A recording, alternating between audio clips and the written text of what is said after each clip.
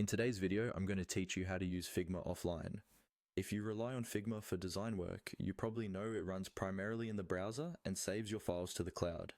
That's great when you have a stable internet connection, but it can be a problem when you're traveling, working in a cafe with spotty Wi-Fi, or need to keep a local backup of an important project.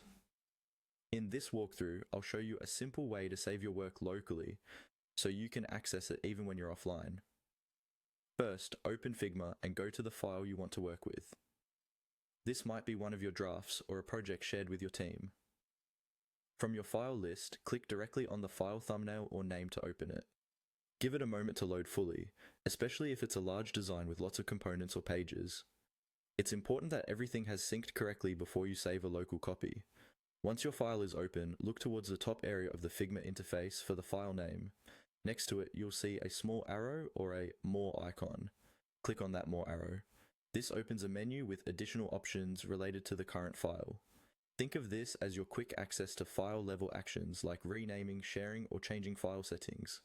From the menu that appears, look for the option labeled File. Click on File to open the standard file menu.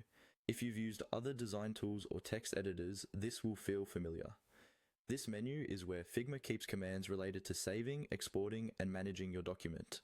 If you don't see the option immediately, move your mouse slowly through the menu so nothing is skipped.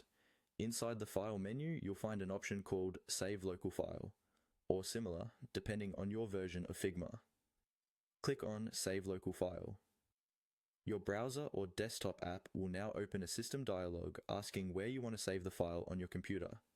Choose a folder you'll remember, such as a dedicated Figma folder, and confirm the save. Figma will export your design as a local file that you can store, back up, or open later. This is especially useful if you want a safety copy of a client project, or you know you'll be working somewhere without internet access.